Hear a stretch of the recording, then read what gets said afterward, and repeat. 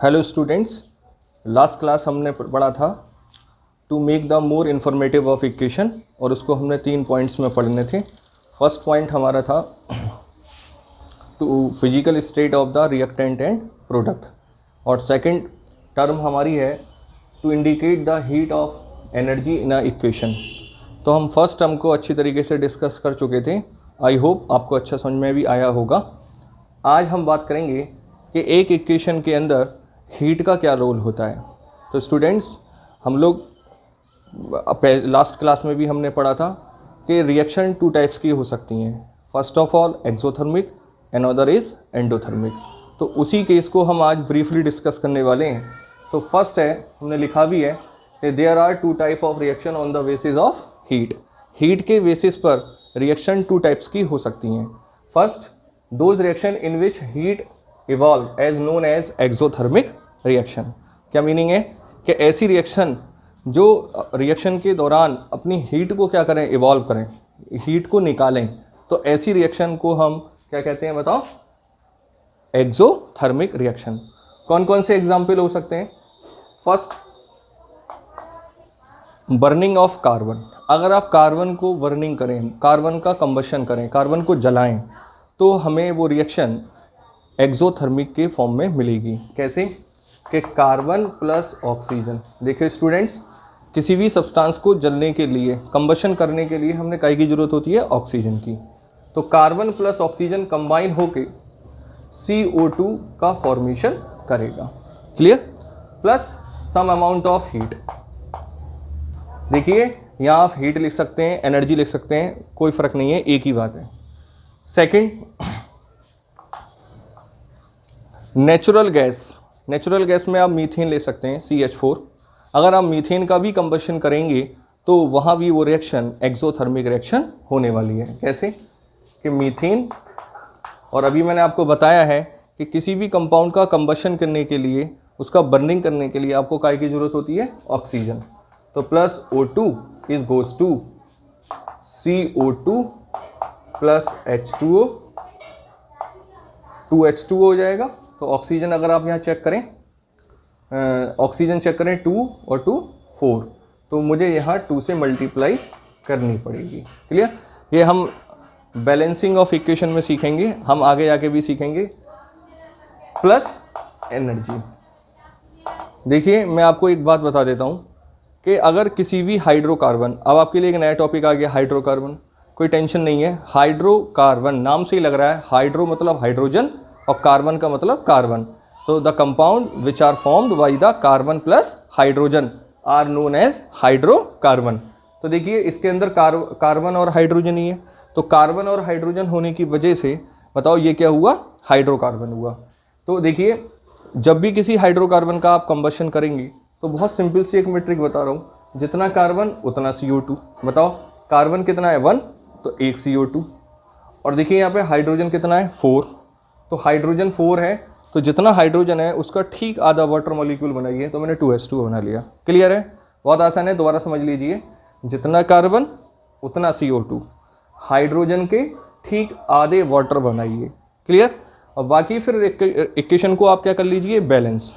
हालांकि मैं balancing of equation इसी चैप्टर में आपको समझाऊंगा, फिर भी ये एलिमेंट्री मेथड होता है, मैं जो आपको सिखाना चाह रहा हूँ बैलेंसिंग का। क्या मतलब है एलिमेंट्री मेथड से? मतलब क्या है कि आप प्रोडक्ट साइड के एटम को चेक करके रिएक्टेंट साइड के एटम को बैलेंस कर लीजिए, या इसका वाइस वर्सा भी कि रिएक्टेंट के एटम को चेक करके प्रोडक्ट को बैलेंस कर लीजिए।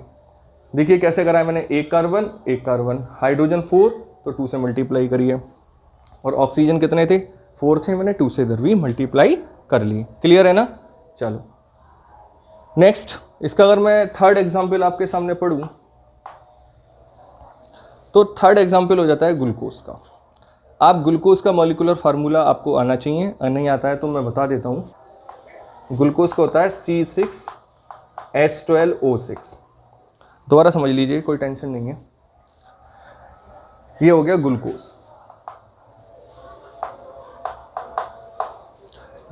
जब हम कोई भी डाइट के थ्रू जो हमारी बॉडी के अंदर ग्लूकोज पहुंचता है तो उसका हमारे डाइजेशन के थ्रू उसका ब्रेकअप होता है। अब ब्रेक कैसे होता है, हमारी बॉडी के अंदर सेल्स होते हैं और वो सेल्स उसको ऑक्सीजन क्या करते हैं, प्रोवाइड कराते हैं। तो सिंस यहाँ ग्लूकोज ऑक्सीजन के साथ कंबाइन करके अपना कंबशन कर लेगा। देखिए कैसे, मैंने अभी आपको बताया जितना कार्बन उतना CO2, 6 CO2। हाइड्रोजन का ठीक आधा क्या होगा बताओ, वाटर होगा। हाइड्रोजन का ठीक आधा वाटर कितना बताओ, हमारे पास हाइड्रोजन कितने हैं, 12, 6H2O। अब केवल ऑक्सीजन बैलेंस कर लीजिए, बताओ ऑक्सीजन कितने, इधर 6 + 2 कितने होगा 8, इधर देखिए कितने 6 2 जा 12 और 12 + 6 कितना हो गया 18, और इधर कितने 8, कितने की कमी है हमारे पास 10 की। तो मैं यहाँ पे 6 से मल्टीप्लाई करूँ तो 6 2 जा 12, 12 + 6 18 कंप्लीट हो गई, प्लस हीट। तो आपने क्या देखा, ध्यान दो कि वो रिएक्शन जो कंबशन के बाद या रिएक्शन के बाद अगर हीट को प्रोड्यूस करती हैं, हीट को इवॉल्व करती हैं, तो ऐसी रिएक्शन हमारी क्या कहलाएंगी, एक्सोथर्मिक रिएक्शन। एक बार आप इसको देख लीजिए, मैं इसको कुछ थ्योरी फॉर्म में भी लिख देता हूँ जिससे आपको नोट्स बनाने में कोई प्रॉब्लम ना हो। तो प्लीज़ एक बार इसको कॉपी कर लीजिए।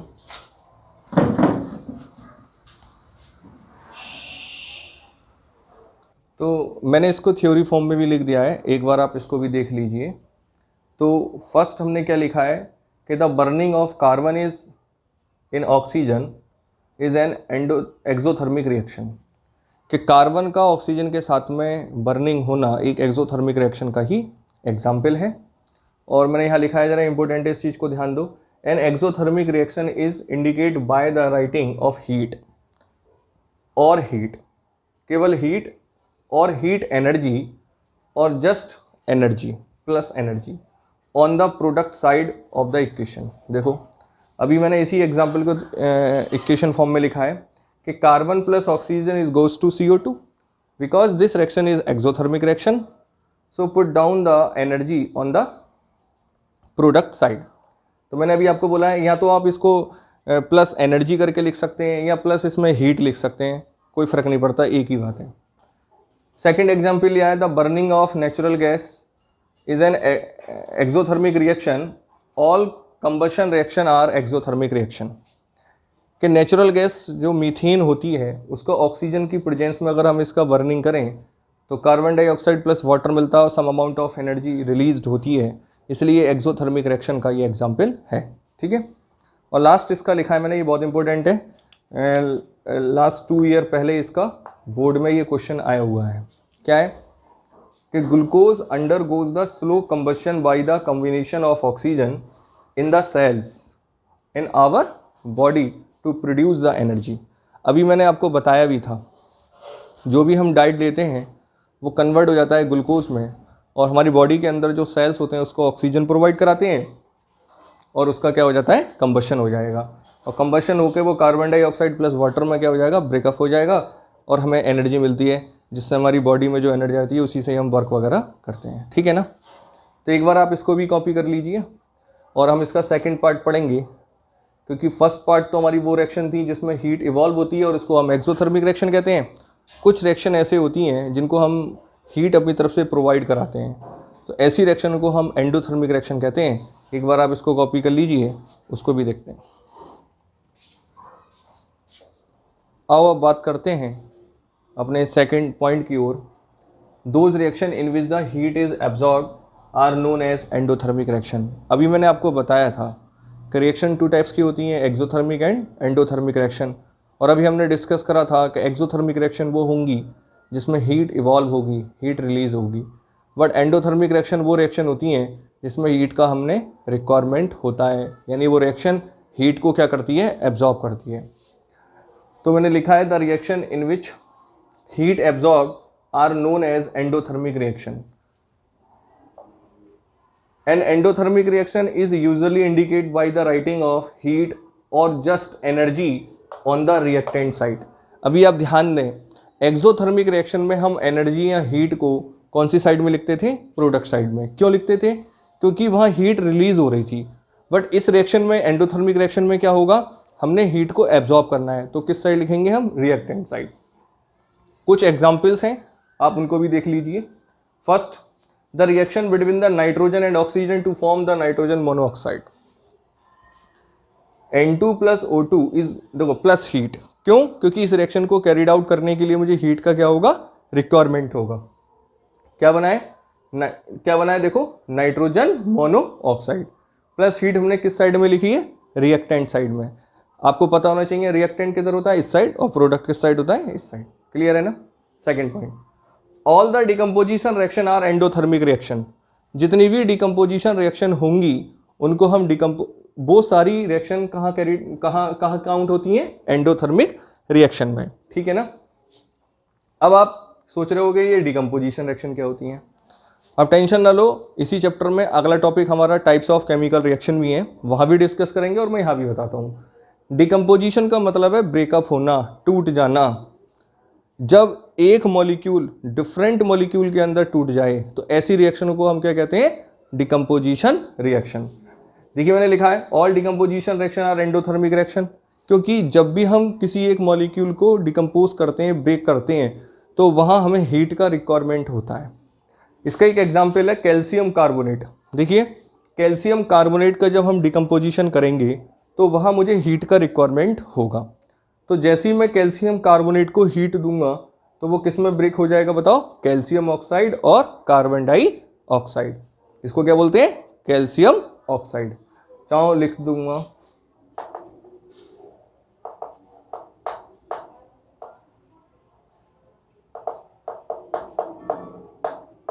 ठीक है, इसको हम बोलते हैं कैल्शियम ऑक्साइड।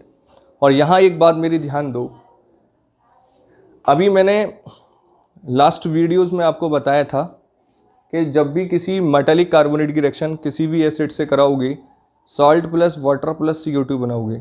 आप लोगों को लास्ट वीडियो में मैंने बताया है। सिमिलरली मैं आज कैल्शियम कार्बोनेट के डिकम्पोजिशन के बारे में बताता हूँ। जब भी कोई भी किसी भी मेटालिक कार्बोनेट का अगर आप डिकम्पोजिशन करोगे, डिकम्पोजिशन का मतलब उसको हीट सप्लाई करके ब्रेक करोगे, तो उसी मेटल का ऑक्साइड प्लस CO2 बनेगा। क्लियर है ना। आज जहाँ कैल्शियम कार्बोनेट है, अगर मान लो सोडियम कार्बोनेट होता तब आप क्या करते, तो सोडियम ऑक्साइड बनाते और CO2 बनाते। क्लियर है ना। कोई भी मेटल का कार्बोनेट हो उसी मेटल का ऑक्साइड बनाइए प्लस CO2 रिलीज कर दीजिए। क्लियर। थर्ड एग्जाम्पल इसका, photosynthesis is an endothermic reaction because sunlight is absorb during this process. Photosynthesis आपको शायद पता होगा, बायोलॉजी में आप लोग पढ़ते हैं।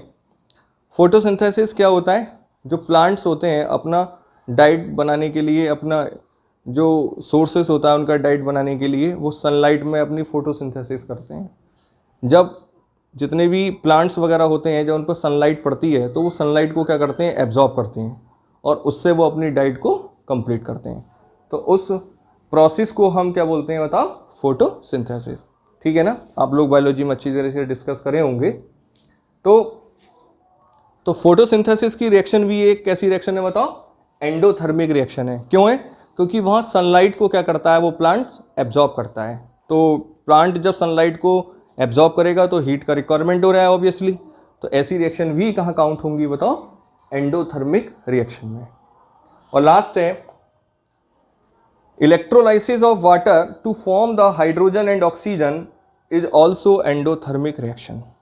अब आपके लिए एक वर्ड नया आ गया, इलेक्ट्रोलाइसिस। टेंशन ना लो, उसको भी अभी क्लियर कर लेते हैं। हालांकि इस इलेक्ट्रोलाइसिस को आप क्लास 12th में ब्रीफली डिस्कस करेंगे। हाल फिलहाल में आपका काम चलाने लग बात कर लेता हूँ, यहाँ जगह कर लेते हैं थोड़ी सी। इलेक्ट्रोलाइसिस और इलेक्ट्रोलाइट टू वर्ड्स होते हैं। First of all electrolyte, electrolyte are the substance which are decomposed into individual ions, that is NaCl, H2SO4 etc. मतलब क्या है कि वो एलिमेंट्स ना कह के बल्कि ऐसे बोलो वो कंपाउंड जो किसी वाटर में या किसी भी सॉल्वेंट में अगर आप डिसॉल्व करोगे तो वो अपने इंडिविजुअल साइंस में ब्रेक हो जाएगा। जैसे आप सोडियम क्लोराइड को वाटर में डिसॉल्व करोगे तो सोडियम कैटायन और क्लोराइड एनाइन, सल्फ्यूरिक एसिड को वाटर में डिसॉल्व करोगे तो 2 एचाइन प्लस सल्फेट आयन। तो सिंस मैं कहना क्या चाहता हूँ कि इलेक्ट्रोलाइट वो सब्सटेंस होते हैं जो किसी सॉल्वेंट में लाइक एज वाटर, सॉल्वेंट का मतलब जिसमें हम किसी भी सॉल्यूट क्या हो गया यहाँ पे, आपको और थोड़ा सा पीछे लेके जाऊँ, वैसे आप क्लास 9th में ये भी पढ़े होंगे। सपोज करो मुझे वाटर के अंदर NaCl को डिसॉल्व करना है, क्लियर है ना। तो वाटर क्या हो गया यहां, सॉल्वेंट हो गया। क्या हो गया, सॉल्वेंट हो गया। और NaCl क्या हो गया, सॉल्यूट हो गया। क्लियर है ना। चलो, तो अब मैं बात करना चाहता हूं कि इलेक्ट्रोलाइट कौन से होते हैं। इलेक्ट्रोलाइसिस की तो हम बाद में बात करेंगे। फर्स्ट ऑफ ऑल इलेक्ट्रोलाइट क्या होता है, तो मैं कहना चाहता हूं इलेक्ट्रोलाइट वो सब्सटेंस होते हैं जो किसी भी सॉल्वेंट का मतलब जिसमें हम उसको डिसॉल्व कर रहे हैं, जब किसी भी सॉल्वेंट में उसको डिसॉल्व करें और वो अपने इंडिविजुअल्स आयंस में, डेट इज कैटायन या एनायन में ब्रेक हो जाए, तो ऐसे सब्सटेंस कौन से कहलाते हैं बताओ, इलेक्ट्रोलाइट कहलाते हैं। क्लियर है ना। चलो, फ्री इलेक्ट्रोलाइसिस क्या हो गया। इलेक्ट्रोलाइसिस का मतलब हो गया, इलेक्ट्रोलाइसिस एक फिनोमिना है, एक प्रोसेस है जिस प्रोसेस के थ्रू उस इलेक्ट्रोलाइट के आयंस में डिकम्पोज करना। जैसे NaCl को मैं वाटर में डालूं और वाटर में डालने के बाद इसको कैटायन या एनायन के फॉर्म में अलग अलग ब्रेक करूं, तो इस प्रोसेस को हम क्या बोलते हैं बताओ, इलेक्ट्रोलाइसिस। क्लियर है ना। तो फर्स्ट ऑफ ऑल हमने इलेक्ट्रोलाइसिस को आना चाहिए। तो अब मैं ये कहना चाहता हूं जब वाटर का हम इलेक्ट्रोलाइसिस करते हैं तब हमें हाइड्रोजन और ऑक्सीजन मिलता है। कैसे मिलता है जरा एक बार आप उसको भी देख लें। थोड़ी जगह कर लेता हूं मैं। तो पहले तो आपको ये समझ में आना चाहिए कि इलेक्ट्रोलाइसिस क्या होता है और इलेक्ट्रोलाइट क्या होता है। एक बार और बता देता हूं, इलेक्ट्रोलाइट तो वो कंपाउंड हुए जो किसी सॉल्वेंट में डिसॉल्व करें और अपने कैटायन और एनायनिक फॉर्म में अलग अलग हो जाएं। और इलेक्ट्रोलाइसिस क्या हुआ, इलेक्ट्रोलाइसिस एक फिनोमिना है, एक प्रोसेस है जिस प्रोसेस के अंदर हम इलेक्ट्रोलाइट को उसके इंडिविजुअल्स आयंस में ब्रेक करते हैं, तो उस प्रोसेस को हम क्या बोलते हैं, इलेक्ट्रोलाइसिस। क्लियर है ना। तो इसकी इक्वेशन में यहां लिख देता हूं, जरा देख लेना आप। वाटर लिक्विड फॉर्म होगा, अगर हम इसके अंदर इलेक्ट्रिक करंट पास कर दें,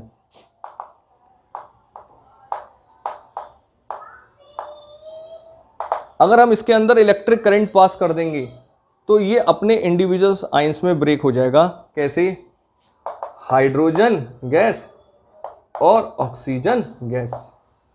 क्लियर है ना। तो देखो दो हाइड्रोजन बट ऑक्सीजन कितने हैं यहाँ पे 2, और यहाँ पे कितना है बताओ 1। यहाँ 2 से मल्टीप्लाई कर लीजिए, यहाँ 2 से कर लीजिए। क्लियर है ना। चलो, तो हमने यहाँ अपना सेकंड पॉइंट भी अपना क्लियर कर लिया, ठीक है ना।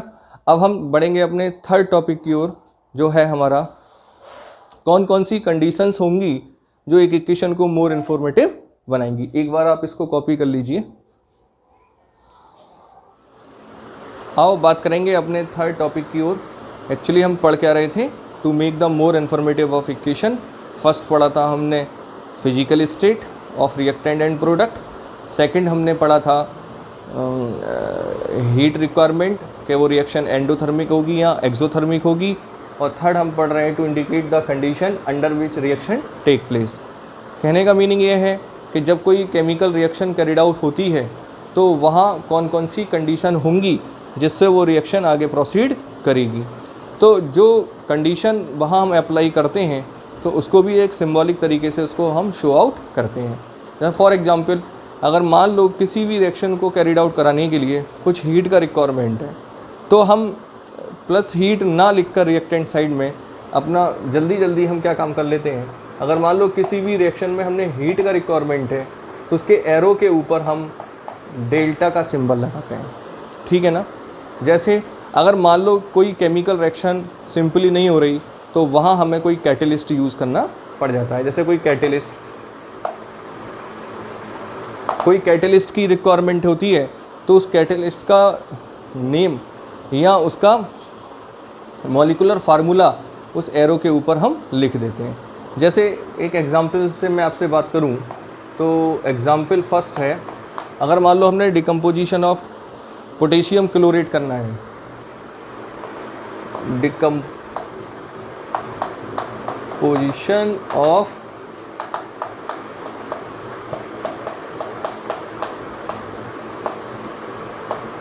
क्लोरेट, क्या मीनिंग है ज़रा ध्यान दो।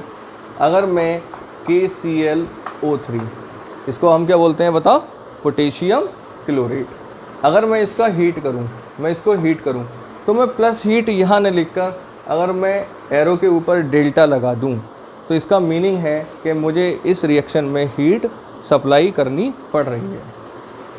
हुआ क्या, जब पोटेशियम क्लोरेट को हम हीट करते हैं, हीट करने के बाद भी ये ब्रेक नहीं हो पाता, इट मीन्स इसका डिकम्पोजिशन नहीं हो पाता। फिर इसमें हमने एक कैटलिस्ट यूज़ करना पड़ता है और उस कैटलिस्ट को हम बोलते हैं manganese dioxide, that is MnO2। अब जाके ये ब्रेक होता है और ये ब्रेक हो जाता है KCl+O2। अब ज़रा इस रिएक्शन को बैलेंस करो, ज़रा देखिए यहाँ ऑक्सीजन 3 है, यहाँ 2 है, क्लियर। तो मैं यहाँ 2 से इसको अगर मल्टीप्लाई करूँ तो मैं यहाँ 3 लिख सकता हूँ, क्यों, 3 2 जा 6, क्लियर। अब बताओ यहाँ KCl कितने मॉलिक्यूल है, 2, तो मैं यहाँ 2 लिख लूँगा, क्लियर है ना। सेकंड अगर एग्जांपल देखें,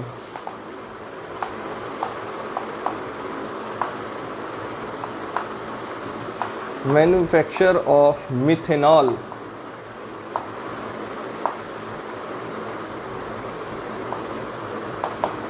या इसको हम मिथाइल अल्कोहल बोलते हैं।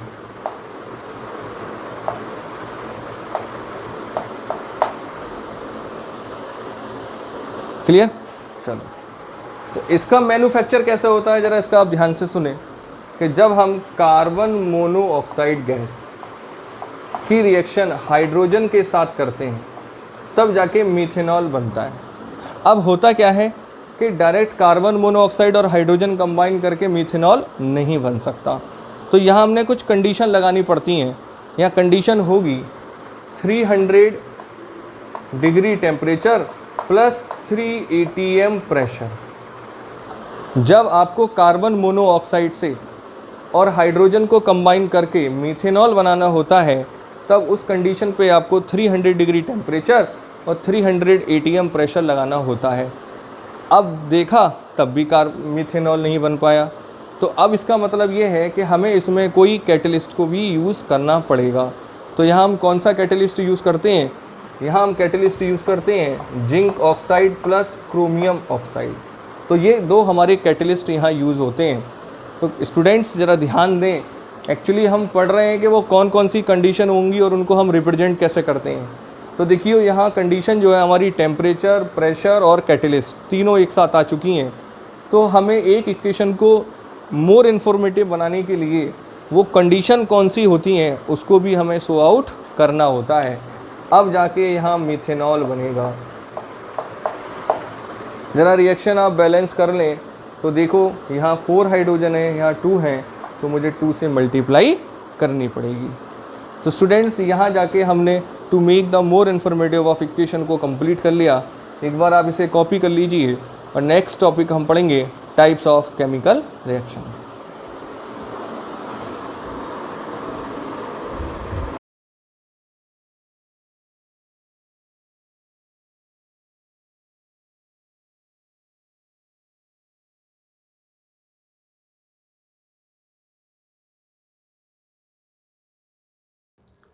और डिस्कस करते हैं अपने नेक्स्ट टॉपिक की ओर, is a type of chemical reaction.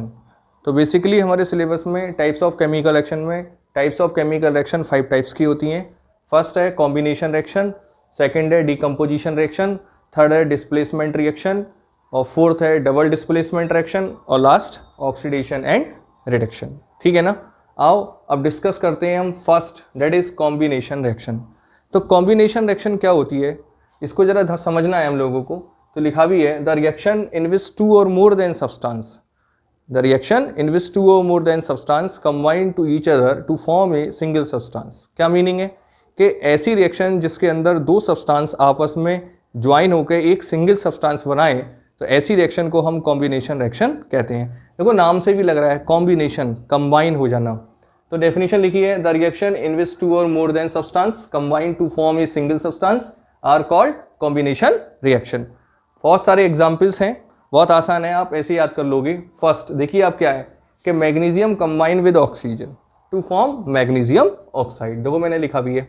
अब स्टूडेंट्स आपको ध्यान हो, अभी मैंने आपको थोड़ी देर पहले बताया भी था, आपको ये टेंशन नहीं लेनी है कि ये कंपाउंड बनेगा कैसे, बट अगर आपको इनकी वैलेंसीज याद हैं तो कंपाउंड का फॉर्मेशन करना बहुत आसान हो जाता है। देखिए मैग्नीशियम ऑक्सीजन के साथ मिलकर क्या बनाएगा, MgO, that is magnesium oxide. देखो कैसे पता चला, अभी मैंने आपको बताया मैग्नीशियम की वैलेंसी कितनी होती है +2, ऑक्सीजन की कितनी होती है -2। तो मैंने आपसे कहा है कि जब दो एलिमेंट जिनकी वैलेंसीज इक्वल होती हैं तब आपको कोई क्रॉस मल्टीप्लाई करने की जरूरत नहीं होती। तो देखिए एक Mg की +2, ऑक्सीजन की -2, डेट इज MgO। क्लियर। अभी आप दो भूल जाइए, टेंशन मत लो इस चीज की, आप इस दो को भी भूल जाइए अभी। क्लियर। अब बताओ ये तो बन गया। अब मैंने क्या पीछे देखिए, जितना एलिमेंट इधर है उतना इधर है या नहीं।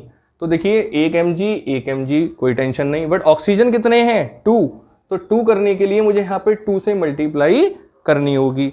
अब जरा आप देखिए, जैसे ही मैंने इधर 2 से मल्टीप्लाई करी, बताओ Mg कितना हो गया, 2 हो गया, तो फिर मुझे इधर भी 2 से मल्टीप्लाई करनी होगी। आई होप आपको समझ में भी आया होगा। सेकंड टॉपिक देखिए, सॉरी सेकंड एग्जांपल, कि hydrogen burn with oxygen to form a water. क्या मतलब है कि जब हाइड्रोजन ऑक्सीजन के साथ क्या करेगा, कंबाइन करेगा, तो बताओ क्या का फॉर्मेशन करेगा, वाटर का। तो यहाँ एक मिस्टेक है, एक्चुअली हाइड्रोजन होगा H2। ठीक है, चलो H2 + O2। देखो फिर वही बात कर रहा हूं, अभी आप ये दो भूल जाइए, एक्चुअली मैंने नोट्स पहले लिख दिया है। तो देखिए H2 + O2 is goes to H2O। आप इस 2 को भी भूल जाइए। अभी बताओ हाइड्रोजन कंबाइन हो रहा है किससे, ऑक्सीजन से, क्या फॉर्म कर रहा है बताओ, वाटर। क्लियर है ना। तो देखो हाँ यहाँ भी देख लीजिए एक बार आप, देखो मैग्नीशियम ऑक्सीजन से कंबाइन करके केवल एक सिंगल सब्सटेंस बना रहा है, कोई ऐसा तो नहीं है बाई प्रोडक्ट भी कुछ बन रहा हो, सिंगल सब्सटेंस ही बनेगा। इसमें भी आप देख लीजिए H2 + O2 is goes to H2O, कोई बाई प्रोडक्ट नहीं बनना। अब आप देखो इस रिएक्शन को बैलेंस करो, कैसे, देखिए H2 बराबर है, बट O2 यहाँ O कितने हैं, 1, तो इधर 2 करने के लिए मुझे क्या करना पड़ेगा बताओ, 2 से मल्टीप्लाई करनी होगी। जैसे ही मैंने इधर 2 से मल्टीप्लाई करी, हाइड्रोजन कितना हो गया, 2 × 2 = 4, बट इधर कितना है, 2 है, तो इधर भी मैं 2 से मल्टीप्लाई कर लूंगा। क्लियर। चलो नेक्स्ट क्या है, थर्ड एग्जाम्पल है कि carbon combine with oxygen to form carbon dioxide. देखिए C + O2 is goes to CO2। ये तो रिएक्शन ऑलरेडी बैलेंस है, एक कार्बन 2 ऑक्सीजन 2 ऑक्सीजन। क्लियर। चलो फोर्थ एग्जाम्पल देखिए कि hydrogen combine with chlorine to form hydrogen chloride HCl। तो देखिए H2 + Cl2 is goes to, देखो अभी फिर यहाँ पे आप 2 को भी थोड़ी देर रोक लीजिए। हाइड्रोजन कंबाइंड विद Cl, देखो HCl, H की वैलेंसी कितनी होती है +1, Cl की वैलेंसी कितनी होती है बताओ, -1, दोनों की वैलेंसी बराबर है, कुछ टेंशन ही नहीं है क्रॉस मल्टीप्लाई करने की। अब जरा पीछे देखिए, हाइड्रोजन कितने हैं 2, क्लोरीन कितने हैं 2, बट इधर हाइड्रोजन और क्लोरीन दोनों ही क्या है बताओ, 1 हैं, तो इधर भी 2 होने के लिए इसमें कैसे मल्टीप्लाई करूंगा, 2 से। क्लियर है ना। चलो स्टूडेंट्स एक बात और ध्यान रखें, जो भी मल्टीप्लाई करनी है वो हमने शुरू में ही करनी होती है, कभी ऐसा नहीं करें कि 2 यहाँ पर कर दें 2 यहाँ कर दें, नहीं तो बैलेंसी का रूल खराब हो जाएगा। अगर हमने एटम को बैलेंस करना होता है तो बिल्कुल शुरू में करिए, ठीक है ना। चलो अब यहाँ देखिए कि sodium combined with chlorine to form sodium chloride, बहुत आसान है, Na + Cl2 is goes to NaCl। देखो सोडियम की +1 होती है, Cl की -1 होती है, दोनों बराबर हैं, कुछ करने की जरूरत ही नहीं है। बट हाँ क्या बराबर करना है, हमने नंबर ऑफ एटम बराबर करने हैं। कैसे, देखिए अभी आप इस 2 को भी भूल जाइए, इस 2 को भी भूल जाइए। अब आप देखिए बताओ, एक सोडियम Cl कितने हैं बताओ 2, इधर Cl क्या है 1, तो इधर 2 करने के लिए मैं शुरू में ही मल्टीप्लाई करूंगा, अभी बताया था। जैसे ही मैंने इधर 2 से मल्टीप्लाई करी तो बताओ सोडियम के एटम कितने हो गए 2, बट इधर कितना है 1, तो इधर भी 2 करने के लिए मैं क्या मल्टीप्लाई कर दूंगा 2 से। क्लियर। चलो 6 एग्जाम्पल देखिए कि अमोनिया, इसको क्या बोलते हैं NH3 को? अमोनिया।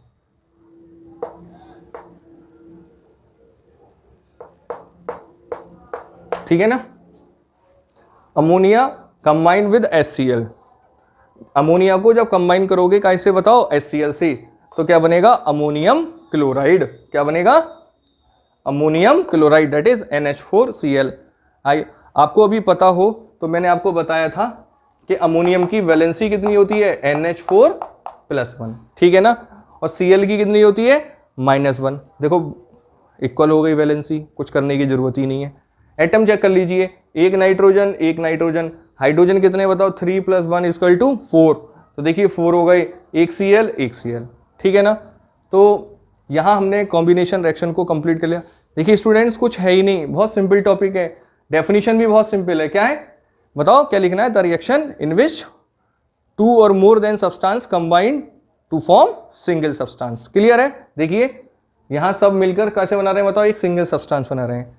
और एक बात और बताऊं, आप सोच रहे होंगे सर ने केवल रिएक्शन लिखी है। आप रिएक्शन लिखेंगे तब भी आपका काम चलेगा। अगर आप इन रिएक्शन की थ्योरी लिखनी है तो देखिए केवल मैंने एक ही लिखा है, शायद 2 लिख दिए हैं, बाकी मैंने इसलिए नहीं लिखी है। अगर आप देखें तो रिएक्शन को देख के ही हम थ्योरी लिख सकते हैं। देखो मैंने यहाँ पे क्या लिखा है? Mg + O2 = 2 MgU। चलो इसकी डेफिनेशन लिखी है, क्या लिखा है मैंने? Hydrogen 1 with oxygen to form water. Similarly हम यहाँ पे ऐसे लिख सकते हैं कि carbon combine with oxygen to form CO2। Similarly यहाँ लिख सकते हैं कि hydrogen combine with chlorine to form HCl। Similarly यहाँ लिख सकते हैं कि sodium combine with chlorine to form sodium chloride. Ammonia combine with HCl to form ammonium chloride. देखिए अमोनियम क्लोराइड आप मार्केट में मिलता है, बट आप अमोनियम क्लोराइड से मांगोगे तो आपको कोई नहीं देगा। इसी को हम नौसादर भी बोलते हैं, ठीक है ना। यही अमोनियम क्लोराइड क्या होता है? नौसादर, जो हम घरों में खाने के लिए यूज़ करते हैं। तो एक बार आप इसको कॉपी कर लीजिए, हम आगे डिस्कस करेंगे second topic, that is decomposition reaction. Decomposition reaction in which A single substance split 2 और मोर देन सब्सटेंस। क्या मतलब कि जब कोई केमिकल रिएक्शन में, सॉरी 1 मिनट फैन चल रहा है।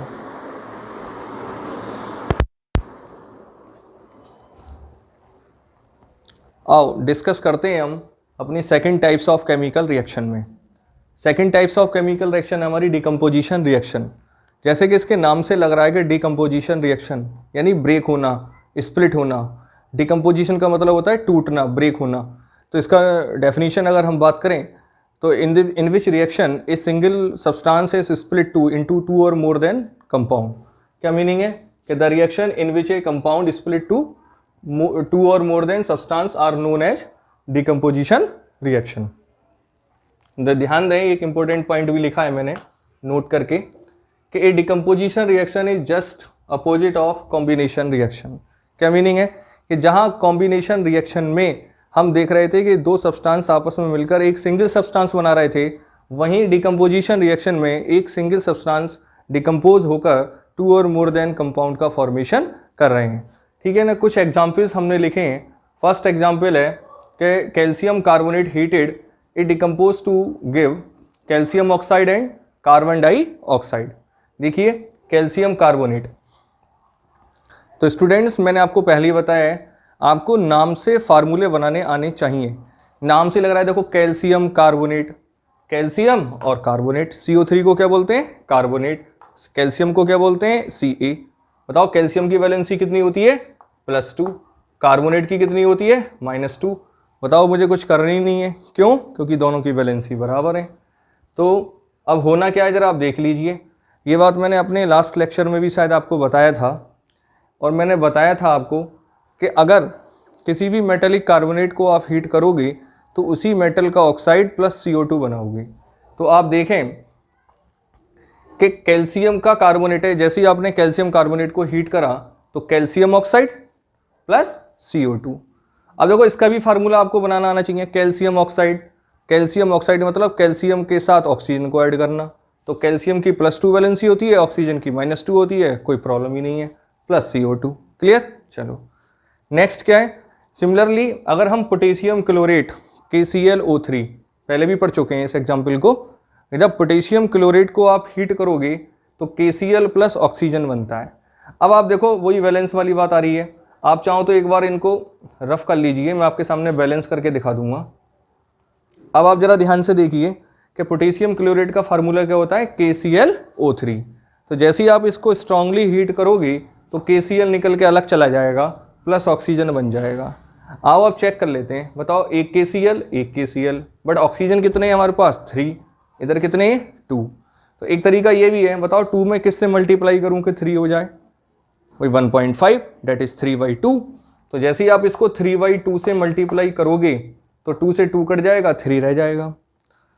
बताओ ये रिएक्शन देखने में थोड़ी अच्छी नहीं लगेगी, क्यों नहीं लग रही है अच्छी, बताओ। तो देखिए 3/2 इस तरीके से फ्रैक्शन मोल्स आ रहे हैं। हालांकि ये रिएक्शन ठीक है, कोई आप इस रिएक्शन को कटेगी नहीं, ये रिएक्शन बिल्कुल ठीक मानी जाएगी, बट थोड़ा देखने में अच्छी नहीं लग रही ना। देखने में अच्छे लगने चाहिए ना, जैसे हम लोग पार्टी में जाते हैं तो बहुत अच्छे लगें, इसी तरीके से केमिकल रिएक्शन भी क्या होनी चाहिए, अच्छी होनी चाहिए। कैसे? अब बताओ मैं इस पूरी रिएक्शन में किससे मल्टीप्लाई करूं कि ये 2 क्या हो जाए, कट जाए।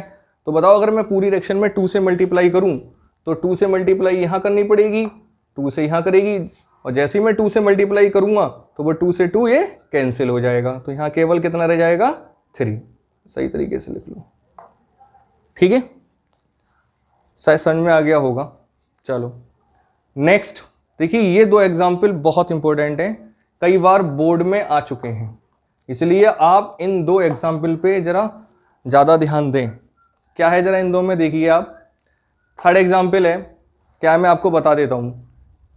अच्छा, बताने से पहले एक बात और समझ लो, कुछ एलिमेंट ऐसे होते हैं जिनकी वैलेंसी क्या होती है, वेरिएबल होती है, हालांकि वो एलिमेंट आपके सिलेबस में नहीं है।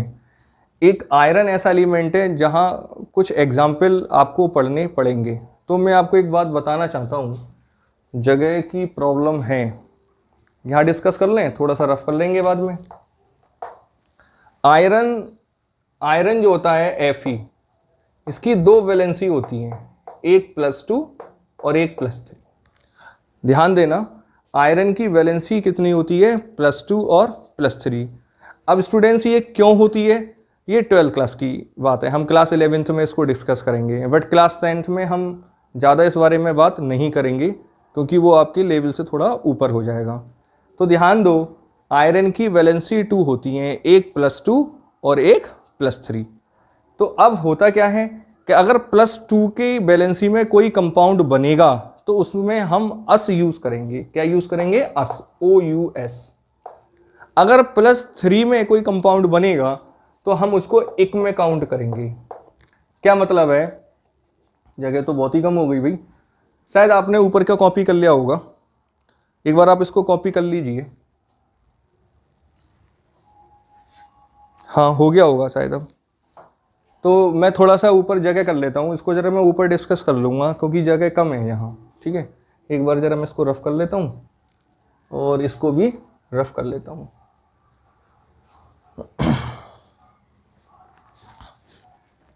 अब आप जरा यहाँ देख लीजिए, मैंने ये कहा है आपसे कि आयरन की वैलेंसी कितनी होती है, 2 हो सकती हैं, एक +2 और एक +3। क्लियर। वैसे आयरन के अलावा भी बहुत सारे ऐसे एलिमेंट हैं जो अपनी वेरिएबल वैलेंसी रखते हैं, बट वो आपके सिलेबस में नहीं है। जैसे आयरन के बाद आप मरकरी पढ़ सकते हैं, कॉपर पढ़ सकते हैं, है ना। तो बहुत सारे एलिमेंट हैं ऐसे, टिन पढ़ सकते हैं, SN, तो जिनकी वेरिएबल वैलेंसी होती है वो क्लास 11-12 में हम डिस्कस करेंगे। तो ध्यान दो, अगर आप आयरन की +2 में कोई भी कंपाउंड बनाओगे तो उसके लास्ट में आप अस वर्ड यूज करोगे, सफिक्स क्या होगा, अस। अगर +3 में करोगे तो सफिक्स क्या होगा, इक। एक एग्जाम्पल के ले लेते हैं, उससे अच्छा क्लियर हो जाएगा। जैसे मैं बात करूं FeCl2 और बात करूं मैं FeCl3, क्लियर। तो अगर मैं इसका नाम बोलूंगा तो मैं बोलूंगा फेरस क्लोराइड,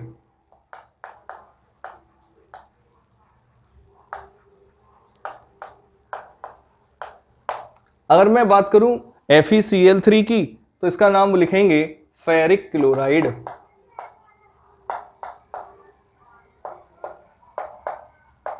देखो मैंने अभी आपसे बताया था ना, अगर हम +3 में वैलेंसी यूज करेंगे तो इक बोलेंगे, और बताओ +2 में यूज करेंगे तो अस बोलेंगे।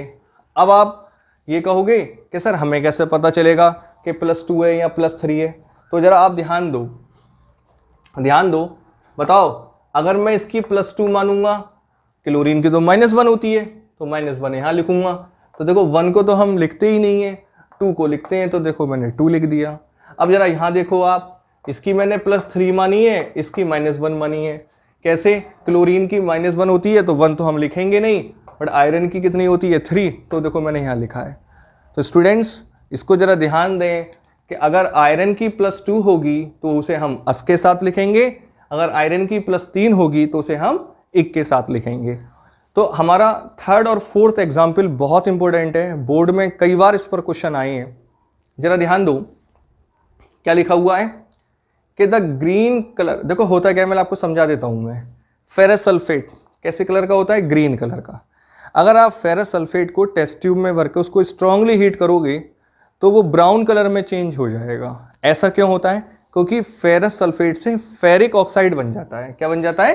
Ferric oxide. देखो हमने फेरस सल्फेट लिया, देखो कैसे, इसको भी मैं ऊपर डिस्कस कर देता हूं। देखिए आयरन +2 माना है मैंने, और सल्फेट क्या होता है? -2। तो अगर मैं इसको FeSO4 लिख रहा हूं तो इसका मतलब इसका नाम क्या होगा? अस के साथ लिखा जाएगा, डेट इज फेरस। और SO4 को क्या बोलते हैं हम? सल्फेट। इसलिए इसका नाम क्या हो गया? Ferrous sulphate. और किस कलर का होता है ये? ग्रीन कलर का होता है। किस कलर का? ग्रीन।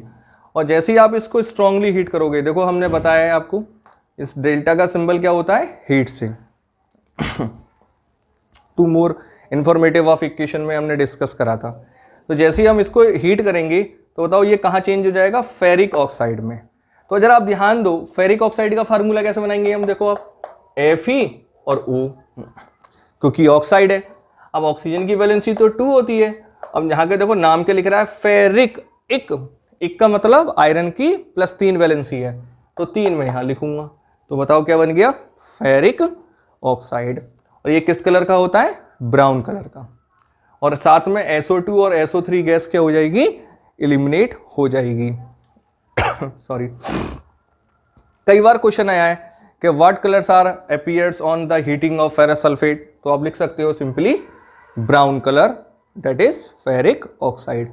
पूछ लेता है कि व्हाट हैपेंस और what product are formed when the ferrous sulphate are heated, that is ferric oxide. कुछ भी दे सकता है, आप इस रिएक्शन को अपने ध्यान रखें। और नेक्स्ट एग्जांपल है फोर्थ, क्या है? बिल्कुल सिमिलर है। क्या कि जिस तरीके से बताओ हमने ग्रीन फेरस सल्फेट को हीट करा तो हमको क्या मिला? बताओ ब्राउन फेरिक ऑक्साइड। सिमिलरली अगर हम लेड नाइट्रेट को इस तरीके से हीट करें, ये क्या है? लेड नाइट्रेट लिख दिया है मैंने शायद। लेड नाइट्रेट, और ये कलरलेस होता है। कैसा होता है? कलरलेस। अगर हम लेड नाइट्रेट को हीट करें तो क्या होता है? लेड ऑक्साइड बनता है। क्या बनता है? Lead oxide. और लेड ऑक्साइड बताओ किस कलर का होता है? ये येलो कलर का होता है। किस कलर का? येलो। तो सिमिलरली आप ध्यान दें, बहुत इंपॉर्टेंट है कि when the lead nitrate are strongly heated then the lead oxide are obtained which is yellow colour.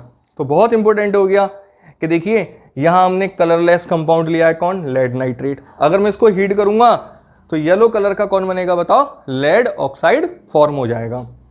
अब देखिए शायद आपको इसका फार्मूला बनाना आना चाहिए, अगर नहीं आता है तो इसको भी मैं एक बार डिस्कस कर देता हूं। तो एक बार आप इसको देख लीजिए, शायद आपने देख लिया होगा। मैं ऊपर वाले रफ करूंगा भी, ये कुछ नहीं करूंगा, ठीक है? तो आप इसको भी देख लें।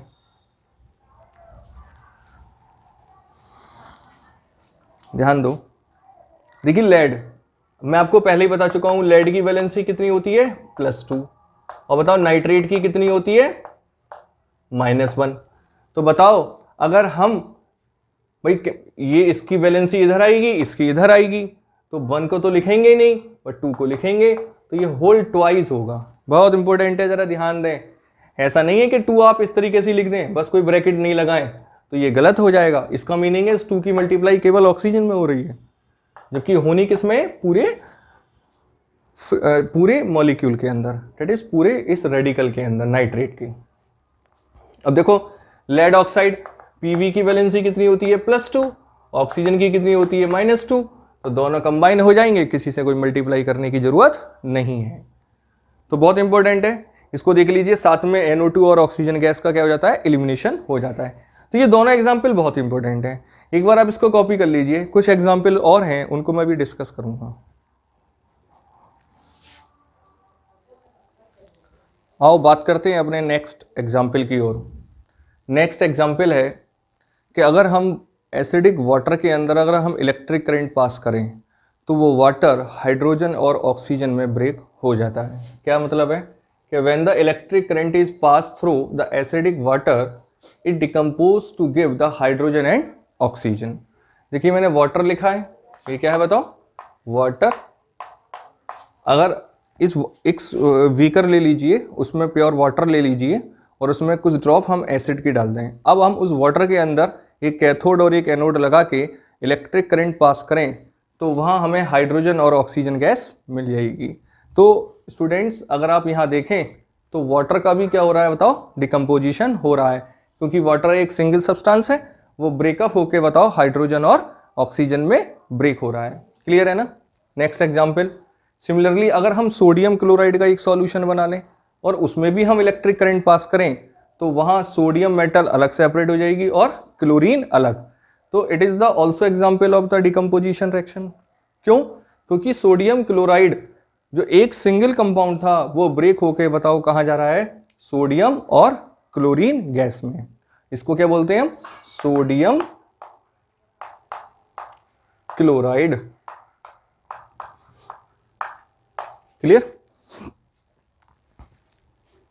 6 एग्जाम्पल देखें आप कि अगर हम एल्युमिनियम ऑक्साइड में, किसमें, एल्युमिनियम ऑक्साइड, देखो एल्युमिनियम की वैलेंसी 3, ऑक्सीजन की 2, तो बताओ इसमें भी अगर हम इलेक्ट्रिक करंट पास करें तो बताओ 4 एल्युमिनियम और ऑक्सीजन गैस हमें मिलेगी। अब देखो आप सोच रहे होंगे कि ये बैलेंस कैसे होगी। एक्चुअली ये तीनों ही एग्जाम्पल इलेक्ट्रोलाइसिस के हैं। काय के हैं, इलेक्ट्रोलाइसिस के।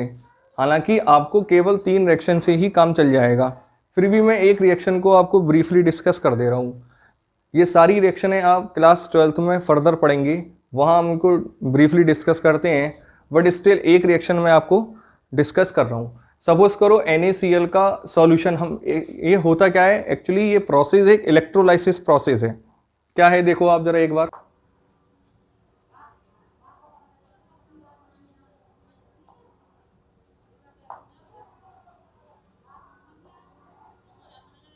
हम एक बीकर ले लेंगे और उस बीकर में 2 इलेक्ट्रोड को हम डिप्ट कर देंगे।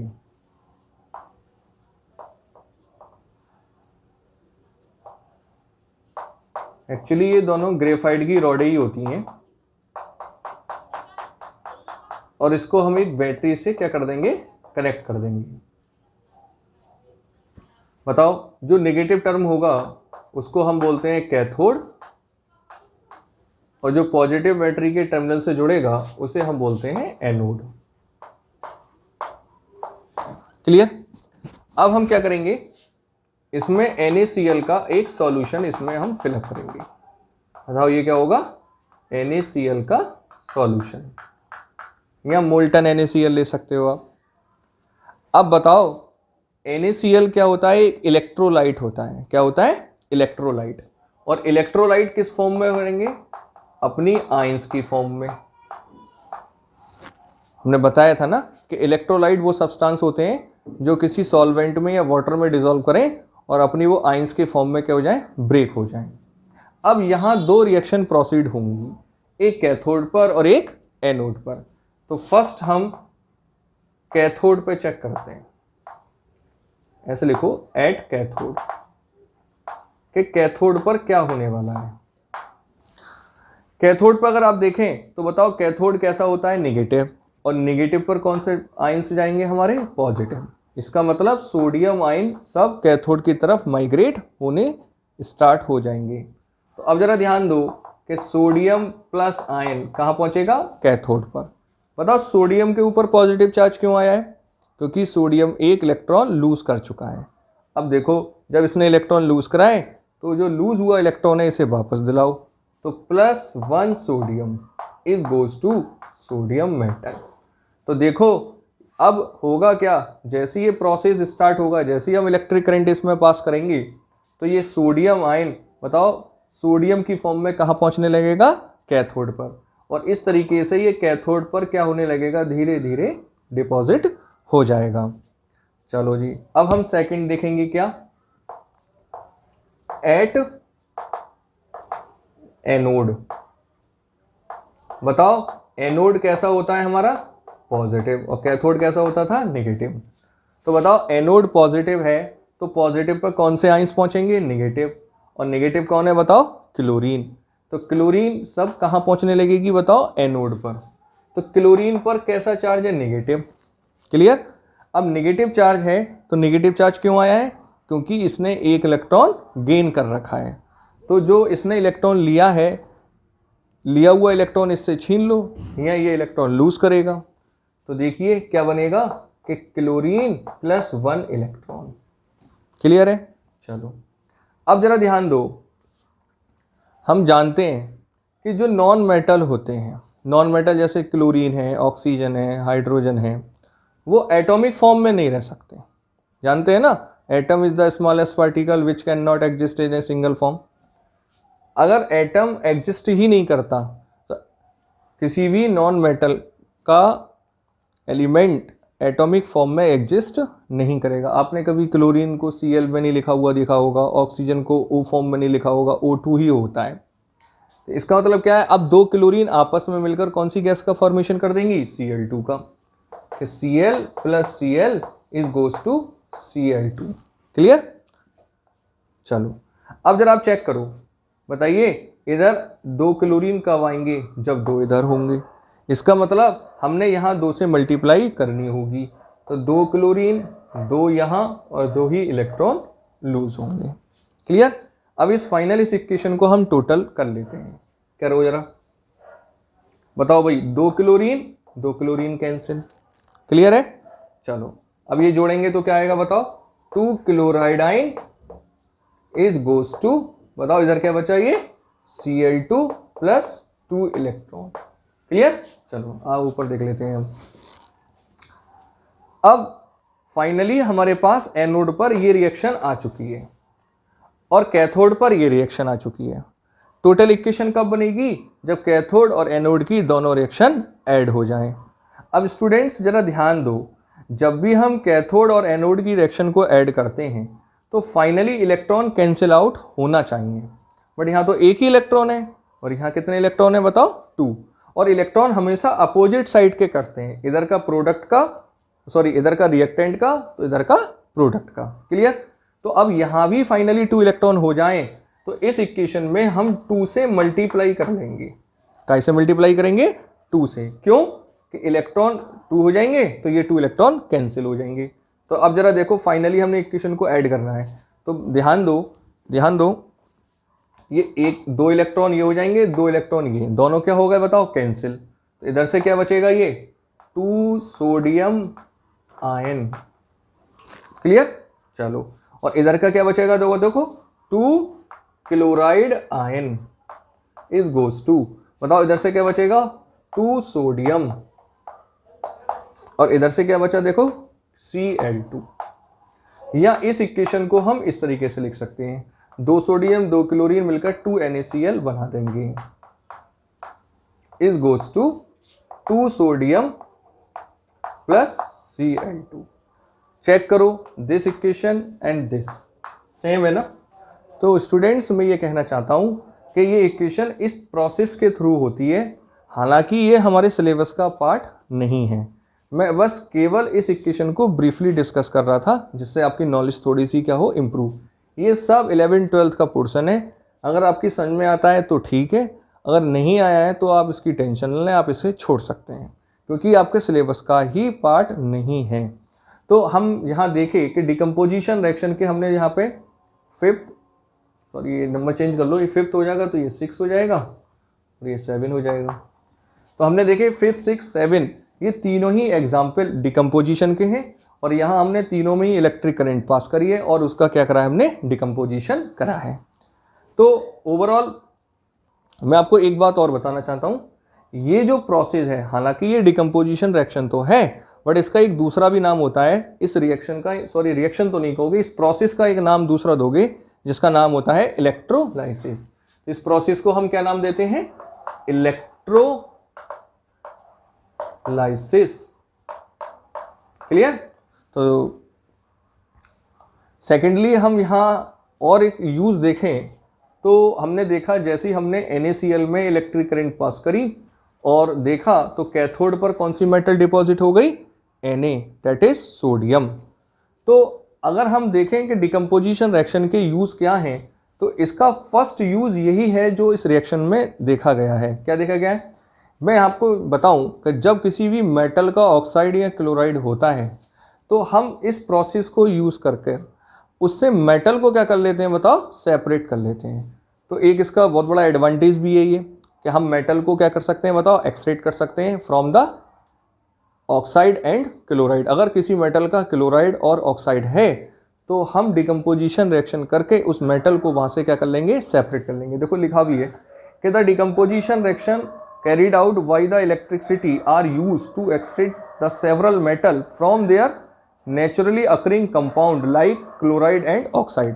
यानी जिन मेटल का क्लोराइड और ऑक्साइड होता है उससे हम उस मेटल को क्या कर लेते हैं, सेपरेट कर लेते हैं। देखो यहाँ पे भी यही हुआ है, हमने यहाँ सोडियम का क्लोराइड लिया है, यहाँ एल्युमिनियम का क्या लिया है, ऑक्साइड। और एल्युमिनियम के ऑक्साइड को ठीक इसी प्रोसेस से अगर हम पास करें तो हमें कैथोड पर एल्युमिनियम मिल जाएगी और एनोड पर क्या मिलेगी, ऑक्सीजन गैस। हालांकि उस रिएक्शन को अब मैं ब्रीफली डिस्कस नहीं करूंगा। आई होप तो आपको थोड़ा सा ये टफ लगा होगा क्योंकि ये क्लास 12th का पोर्शन है। तो आपको केवल ये 3 रिएक्शन ही पढ़नी है, इससे ज़्यादा नहीं जाना। क्लियर है ना। चलो इसके आपको अगर समझ में आ गया तो आप इसका नोट्स बना लीजिए, वरना इस प्रोसेस को आप छोड़ दीजिए। आपको केवल 3 रिएक्शन ही स्टडी करनी है। देखिए नेक्स्ट यूज क्या होता है कि डिकम्पोजिशन रिएक्शन हमारी बॉडी के अंदर भी होती है। हम जो भी डाइट लेते हैं उसका जो डाइजेशन होता है वो डिकम्पोजिशन रिएक्शन के थ्रू ही होता है।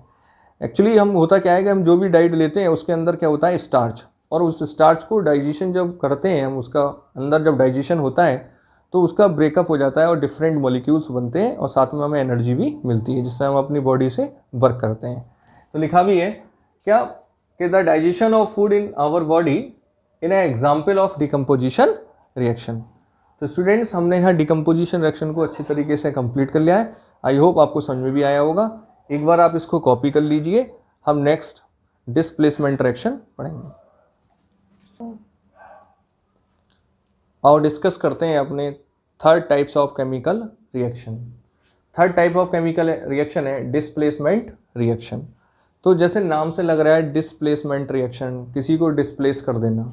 तो डिस्प्लेसमेंट रिएक्शन में क्या होता है कि जब कोई एक एलिमेंट किसी दूसरे एलिमेंट को क्या कर दे, डिस्प्लेस कर दे, तो ऐसी रिएक्शन को हम डिस्प्लेसमेंट रिएक्शन कहते हैं। डेफिनेशन क्या है, those reaction in which the one element take place of another element in the compound are known as displacement reaction. जैसे अगर आप इस एग्जाम्पल को देखें तो देखिए जिंक ने कॉपर को क्या कर दिया, डिस्प्लेस कर दिया। देखिए जब जिंक कॉपर सल्फेट के साथ रिएक्शन करता है तो जिंक सल्फेट बनता है और कॉपर को क्या कर दिया, उसने डिस्प्लेस कर दिया। तो मैं यहाँ कह सकता हूँ कि यहाँ जिंक ने कॉपर को क्या करा है, डिस्प्लेस करा है। लिखा है कि when a strip of zinc metal is placed in a copper sulphate solution then the zinc sulphate solution and the copper are obtained. जैसे ही हम एक कॉपर सल्फेट के सॉल्यूशन में हम एक कोई बीकर ले लें, थोड़ा बड़ा बना लो और अच्छा दिखेगा आपको। हमने एक बीकर लिया और उसके अंदर हमने क्या करा, कॉपर सल्फेट का सॉल्यूशन ले लिया CuSO4, और उसके अंदर मैं एक जिंक की स्ट्रिप डाल दूं तो क्या होगा, थोड़ी देर बाद आप देखोगे तो कॉपर तो नीचे बैठ जाएगा, अलग हट जाएगा, और यह सॉल्यूशन काय का बन जाएगा बताओ, जिंक सल्फेट का बन जाएगा। तो आप ओवरऑल देखें तो जिंक ने कॉपर को क्या कर दिया, डिस्प्लेस कर दिया। हालांकि ये रिएक्शन देखो वही ट्रिक है अपनी, पहले का पहला दूसरे का दूसरा, पहले का पहला यहाँ तो एक ही है और दूसरे का दूसरा। तो Zn SO4 देखो जिंक की वैलेंसी +2 और कॉपर की -2, कोई प्रॉब्लम ही नहीं है, एक ही साथ ऐड हो जाएगा। आपको रेडिकल की वैलेंसी आपको आनी चाहिए। अपनी लास्ट वीडियोस में भी मैंने बताया था कि जितनी आप रेडिकल की वैलेंसी याद रख लोगे उतनी केमिकल इक्वेशन बनाना आपके लिए क्या हो जाएगा, आसान हो जाएगा और केमिस्ट्री बहुत ईजी हो जाएगी। पीछे देखें, एक जिंक एक सल्फेट, क्या बचा, कॉपर। ठीक है ना। अब आपके दिमाग में एक बात आ रही होगी और शायद आपको आना भी चाहिए, क्या मतलब है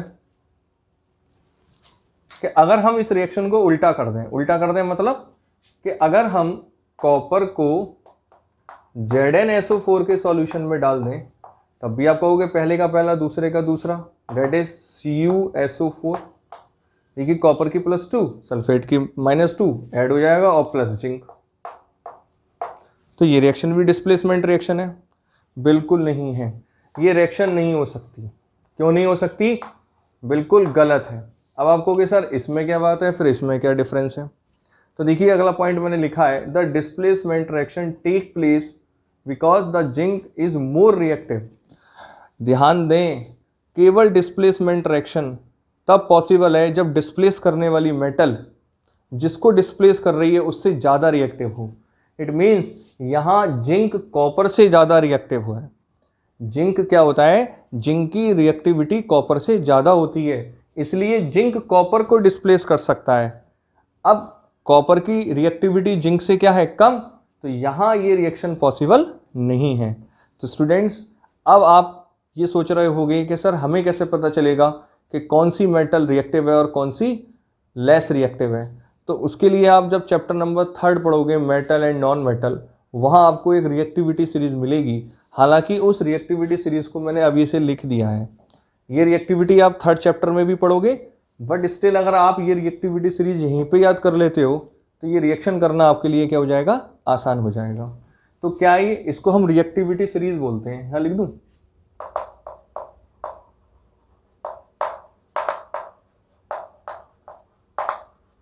ये रिएक्टिविटी सीरीज होती है और ये एक ऑर्डर है क्या, कि सबसे मोस्ट रिएक्टिव मेटल कौन सी होती है बताओ? Potassium, then sodium, then calcium, then magnesium, then aluminium, then zinc, iron, tin, lead, hydrogen, copper, mercury, silver और लास्ट में गोल्ड। तो गोल्ड क्या होती है, लेस रिएक्टिव मेटल होती है, सबसे लेस रिएक्टिव होती है। और मोस्ट रिएक्टिव कौन सी होती है बताओ? पोटेशियम।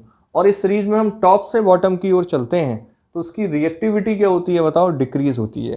क्या मीनिंग है? अगर मान लो मैं ये 2 मेटल ले लेता हूं और आपसे पूछता हूं कि आयरन और टिन में सबसे ज्यादा रिएक्टिव कौन है, तो हम बोलेंगे आयरन। क्लियर? और टिन को क्या बोलेंगे हम? Less reactive. अगर मैं पूछ लूं आपसे कि टिन और लेड में कौन रिएक्टिव है, तब टिन रिएक्टिव होगी एज कंपेयर टू लेड। तो ध्यान दें, अगर ये रिएक्टिविटी सीरीज आपको आती है तो डिस्प्लेसमेंट रिएक्शन करना आपके लिए बहुत आसान है। देखिए ये एग्जांपल यहीं से उठा लो, बताओ भाई जिंक कहाँ पर है, ये रहा, और कॉपर कहाँ है, ये रहा। तो बताओ मोर रिएक्टिव कौन होगा? जिंक।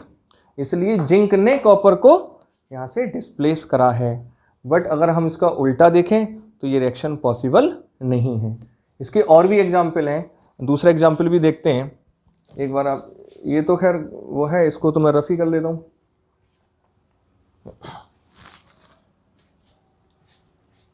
आप सेकंड एग्जाम्पल देखें, एग्जाम्पल सेकंड। देखिए अगर मैं कॉपर सल्फेट की रिएक्शन एल्युमिनियम से करूं तब aluminium plus copper sulphate is goes to, तो आप जब देखेंगे कि एल्युमिनियम और कॉपर सल्फेट की रिएक्शन देखें, अब देखो बताओ एल्युमिनियम ये रहा और कॉपर ये रहा, तो इसका मतलब एल्युमिनियम मोर रिएक्टिव है किससे बताओ? कॉपर से। इसका मतलब यह है कि यहां डिस्प्लेसमेंट रिएक्शन हो जाएगी। सॉरी, देखो कैसे, पहले का पहला दूसरे का दूसरा, क्या होगा बताओ? Al.SO4। अब आपको बैलेंसी आनी चाहिए, बताओ एल्युमिनियम की कितनी होती है? 3, तो इसका क्या कर दूंगा मैं? Whole thrice. और बताओ सल्फेट की कितनी होती है? 2, तो यहां कर दूंगा 2। क्लियर है? अब पीछे चेक करो, बताओ एल्युमिनियम कितने? 2, तो 2 एल्युमिनियम। बताओ सल्फेट कितने हो गए? 3, तो यहाँ 3 सल्फेट। अब बताओ बचा कौन, कॉपर, तो +3 कॉपर अलग हो जाएगा। क्लियर है ना। देखिए थ्योरी लिखने में कोई प्रॉब्लम ही नहीं है, आप सीधा लिख सकते हो कि when the aluminium react with copper sulphate then the aluminium sulphate are obtained and copper. ठीक है ना। चलो नेक्स्ट एग्जांपल देखें हम। थोड़ी जगह कम है, यहीं पे कर लेते हैं। तो एक बार आप इसको देख लीजिए, देख लिया होगा, इसको मैं रफ कर लेता हूं, कॉपी कर लो एक बार आप। ठीक है चलो।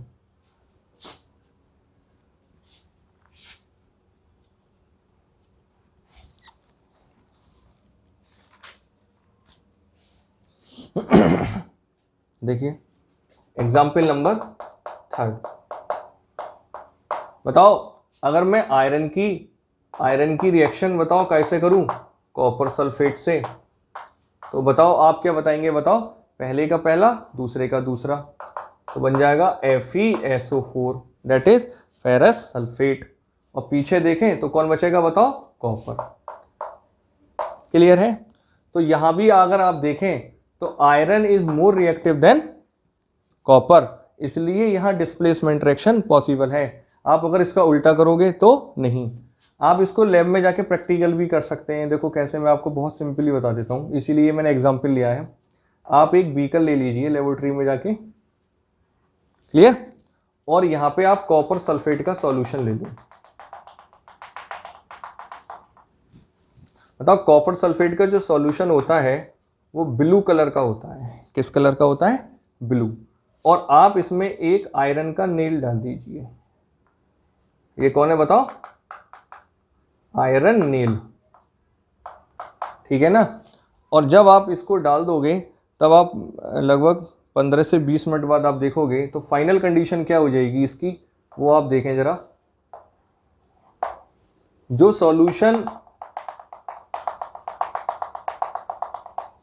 जो सॉल्यूशन आपका ब्लू कलर का था ये लाइट ग्रीन कलर का हो जाएगा। कैसा हो जाएगा, लाइट ग्रीन।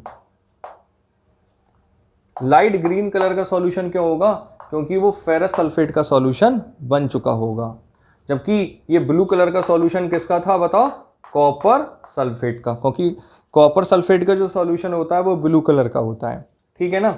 और जो आयरन नेल था, जो आपका आयरन नेल था, इसके ऊपर अगर आप इसके ऊपर लेयर चेक करोगे तो रेड ब्राउन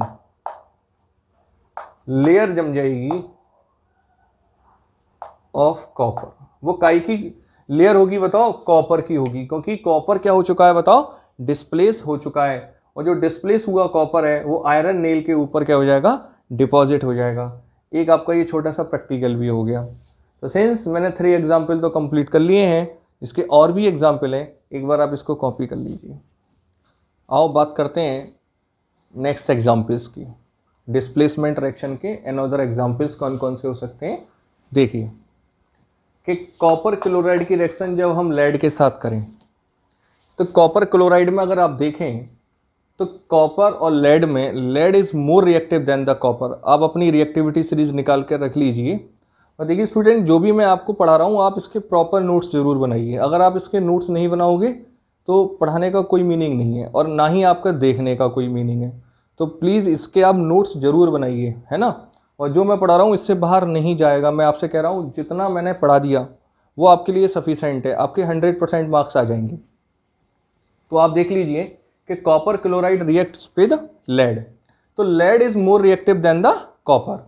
तो होगा क्या, देखिए थोड़ा सा आप इसको उल्टा करके लिखेंगे तो और अच्छा समझ में आएगा। ऐसा कर लो आप, Pv इधर लिख लीजिए और CuCl2 इधर लिख लीजिए, तो कॉपर क्लोराइड ये हो गया। ठीक है।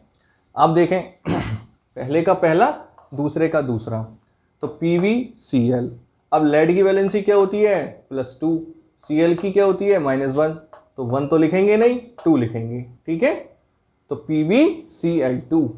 पीछे देखें तो एक ही लेड है और 2 Cl हैं। ठीक है। तो क्या बचा, कॉपर, और कॉपर हमारा क्या हो जाएगा, डिस्प्लेस हो जाएगा। नेक्स्ट एग्जांपल देखिए, जब सिल्वर नाइट्रेट की रिएक्शन आप कैसे करोगे बताओ, कॉपर से।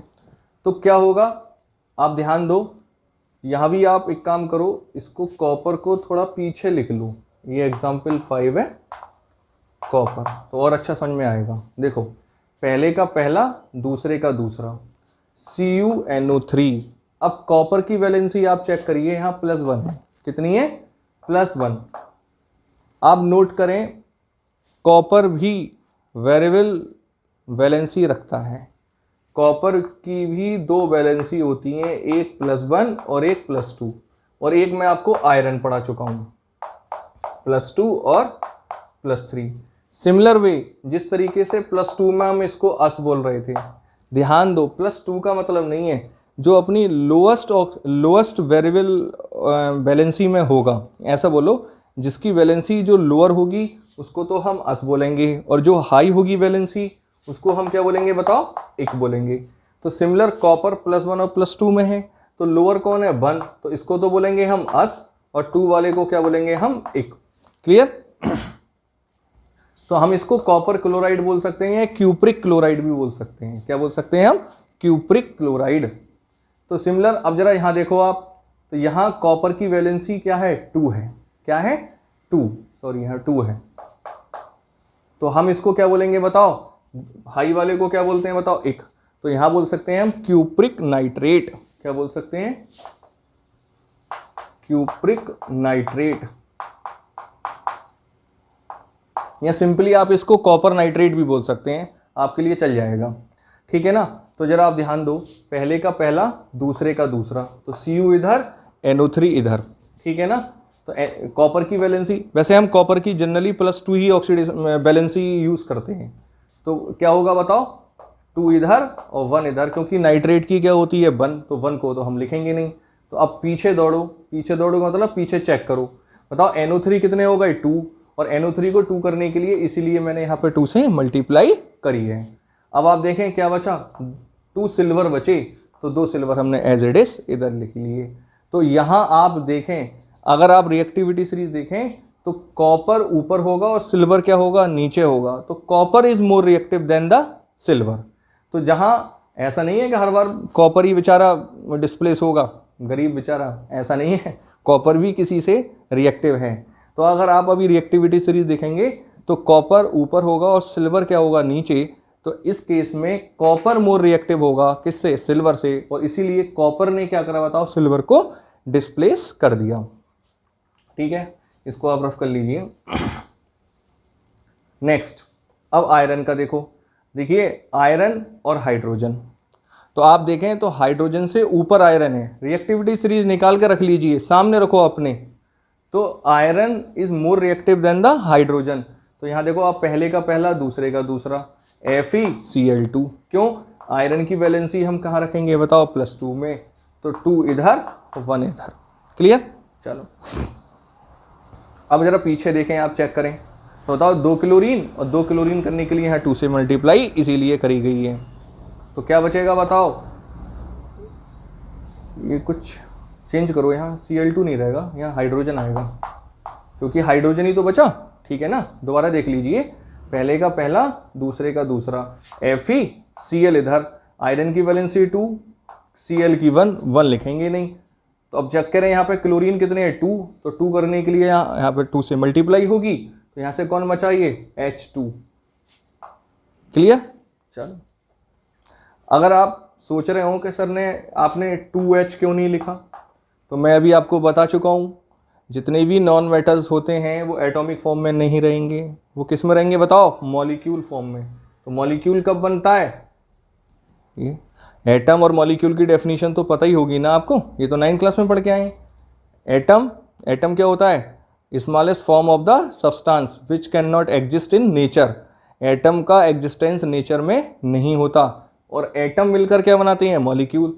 तो यहाँ हाइड्रोजन के 2 एटम मिलकर क्या बना दिया? एक मॉलिक्यूल ऑफ हाइड्रोजन। क्लियर है ना?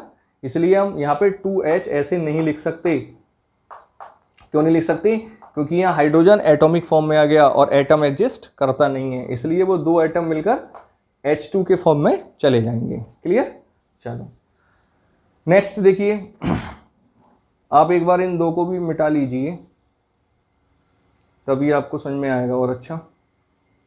अब जरा ध्यान दो, पहले का पहला दूसरे का दूसरा, NaOH। क्लियर? पीछे देखो, एक सोडियम एक सोडियम, क्लियर? एक OH एक OH, और यहाँ से कौन बचा बताओ? H। तो आप सोच रहे होंगे खाली H लिख दें। अब ये डिस्कस कराएं, एटम के फॉर्म में तो हाइड्रोजन रह ही नहीं सकता क्योंकि ये नॉन मेटल है, तो इसलिए इसको H2 करना ही पड़ेगा।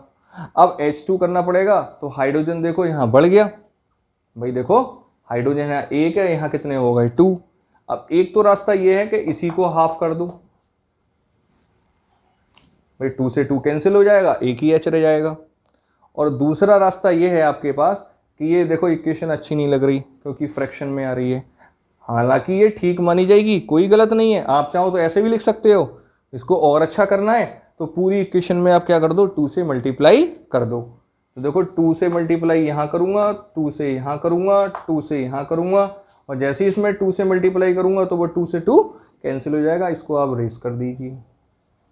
क्लियर? थोड़ी सी अच्छी हो गई इक्वेशन। नेक्स्ट देखिए, जब फेरिक ऑक्साइड, देखो फेरिक ऑक्साइड क्यों बोला? क्योंकि यहाँ आयरन की वैलेंसी कितनी है? 3। देखो फेरिक ऑक्साइड अभी पढ़ा था ना, ब्राउन कलर का होता है, फेरस सल्फेट को हीट करा था। तो फेरिक ऑक्साइड कैसे बनाओगे? देखो Fe और O, भाई चूंकि फेरिक ऑक्साइड यानी आयरन का ऑक्साइड है। अब देखो, देखिए जरा बोलने का रिहर्सल करो, फेरिक फेरिक एक आ रहा है ना, तो एक का मतलब क्या है कि आयरन की वैलेंसी यहाँ 3 होगी, और ऑक्सीजन की कितनी होती है बताओ? -2। तो 2 तो इधर आ जाएगा और 3 इधर आ जाएगा, तो बताओ ये क्या बन गया? Ferric oxide. तो क्या बन गया? देखो अब इसकी रिएक्शन मैंने कैसे करी? देखो एल्युमिनियम से, चाहो तो एक बार इसको रेस कर लीजिए, फाइनली हम बाद में दिखाएंगे आपको। देखो क्या होगा, अब देखो जरा ध्यान से देखो, और बल्कि इसको थोड़ा चेंज कर लीजिए क्योंकि एल्युमिनियम को पीछे रखूंगा तो अच्छा समझ में आएगा। इसको रेस कर लेते हैं एक बार, रुको, ऐसा रखो आप कि एल्युमिनियम प्लस Fe2O3। अब देखिए, पहले का पहला दूसरे का दूसरा, Al.O। बताओ ऑक्सीजन की वैलेंसी कितनी होती है? 2। एल्युमिनियम की कितनी होती है? 3। अब पीछे देखो आप, बताओ एल्युमिनियम कितने हैं? 2, तो यहाँ पे 2 से मल्टीप्लाई करूँ। अब जरा ऑक्सीजन कितने हैं? 3, बिल्कुल 3 आ गए, देखो 3 है। अब बचा क्या? 2 आयरन, तो यहाँ 2 आयरन। तो स्टूडेंट्स देखिए, एग्जाम्पल तो और भी हो सकते हैं, बट आप सभी एग्जाम्पल ऐसे याद ना करें, एज ए प्रैक्टिस मैंने आपको कराया है। आप केवल रिएक्टिविटी सीरीज याद रखें, वहाँ से आप पता चला सकते हैं कि कौन सी डिस्प्लेसमेंट रिएक्शन पॉसिबल है और कौन सी नहीं। तो मैंने आपको ओवरऑल रिएक्शन में अगर आप कॉमन चेक करें तो आपको पता चलेगा कि जो मेटल रिएक्टिव होगी वो लेस रिएक्टिव मेटल को क्या कर देगी? डिस्प्लेस कर देगी। देखिए वो यहाँ लेड मोर रिएक्टिव है कैसे? कॉपर से, इसलिए लेड ने कॉपर को डिस्प्लेस करा। यहाँ कॉपर मोर रिएक्टिव है कैसे? सिल्वर से, इसलिए सिल्वर को डिस्प्लेस कर दिया गया क्या के थ्रू? कॉपर के थ्रू। यहाँ आप देखें iron is more reactive than the hydrogen, इसलिए देखो हाइड्रोजन डिस्प्लेस हो गया। यहाँ आप देखें sodium is more reactive than the hydrogen, further hydrogen displace हो गया। यहाँ देखें आप aluminium is more reactive then iron, तो आयरन डिस्प्लेस हो गया। तो यहाँ जाके हमने अपना third type of reaction that is displacement reaction हमने कंप्लीट कर ली। अब हम नेक्स्ट पढ़ेंगे डबल डिस्प्लेसमेंट रिएक्शन। भाई डबल का मतलब क्या है? यहाँ एक ही, यहाँ तो डिस्प्लेस था, यहाँ डबल डिस्प्लेसमेंट रिएक्शन है। तो एक्चुअली डबल डिस्प्लेसमेंट रिएक्शन वो होती हैं कि जब दो कंपाउंड आपस में रिएक्ट करें और उन दोनों कंपाउंड के आयन एक दूसरे से क्या कर दें? इंटरचेंज हो जाएं, एक्सचेंज हो जाएं, और एक्सचेंज होने के बाद दो नए कंपाउंड बनाएं, तो ऐसी रिएक्शन को हम क्या बोलते हैं? Double displacement reaction. देखो क्या है कि those reaction in which two compound react, ऐसी रिएक्शन जिसमें दो कंपाउंड आपस में क्या करें? रिएक्ट करें बाय एक्सचेंज ऑफ आयन, और उनके आयंस क्या हो जाए बताओ? Exchange, to form two new compound, और जब आयन एक्सचेंज होंगे तो बनने वाले दो नए कंपाउंड भी आएंगे, are called double displacement reaction. एक बार इसका एग्जाम्पल भी देख लें, इसको मैं रफ कर लेता हूं थोड़ा सा। देखिए कुछ एग्जाम्पल के थ्रू बात कर लेते हैं, और फर्स्ट एग्जाम्पल हम पढ़ेंगे, आप बोल सकते हो, देखिए सिल्वर नाइट्रेट, क्या नाम है इसका?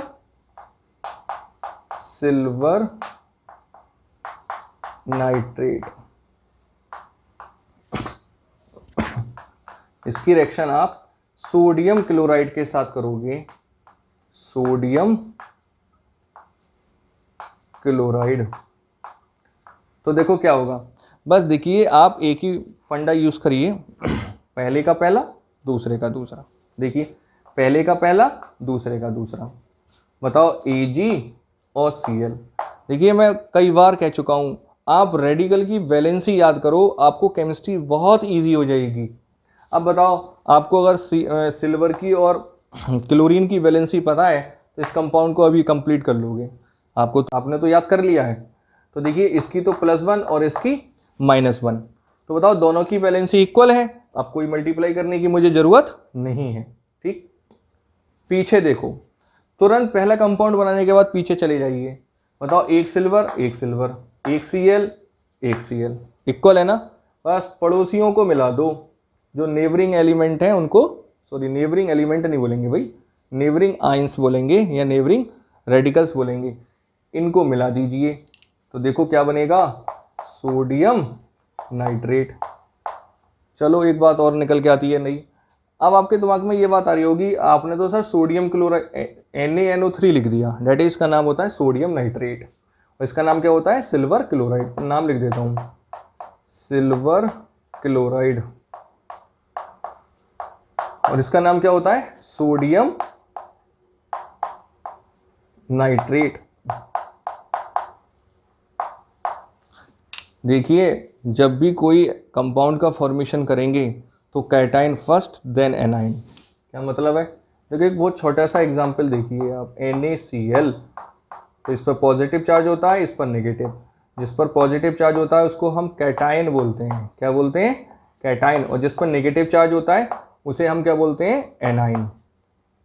तो सिंस आपको पता होना चाहिए सोडियम पर पॉजिटिव होता है, इस पर नेगेटिव होता है, ये तो हम अच्छी तरीके से जानते ही है ना, रेडिकल पहले ही बता चुका हूं मैं वैलेंसी का, इसलिए सोडियम को पहले आना है और नाइट्रेट को बाद में आना है। क्लियर है ना, तो ये तो कोई खास बात है नहीं, अगर हो तो एक बार आप देख लीजिए इसे भी, मैं इसको रेस करने वाला हूं। चलो अब चेक करें, बताओ दो कंपाउंड ने रिएक्शन करी, चलो जी बहुत अच्छी बात है, और देखो दो ही कंपाउंड नहीं बन गए। भाई बताओ सिल्वर क्लोराइड क्या रिएक्टेंट साइड में है, नहीं है। बताओ क्या सोडियम नाइट्रेट रिएक्टेंट साइड में है, नहीं है।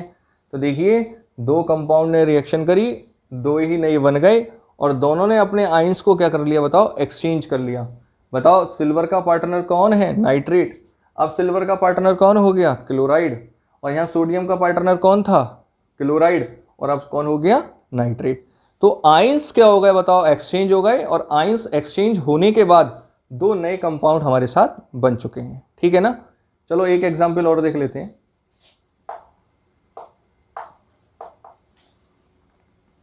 बेरियम क्लोराइड की रिएक्शन BaCl2 सोडियम सल्फेट के साथ करिए, Na2SO4।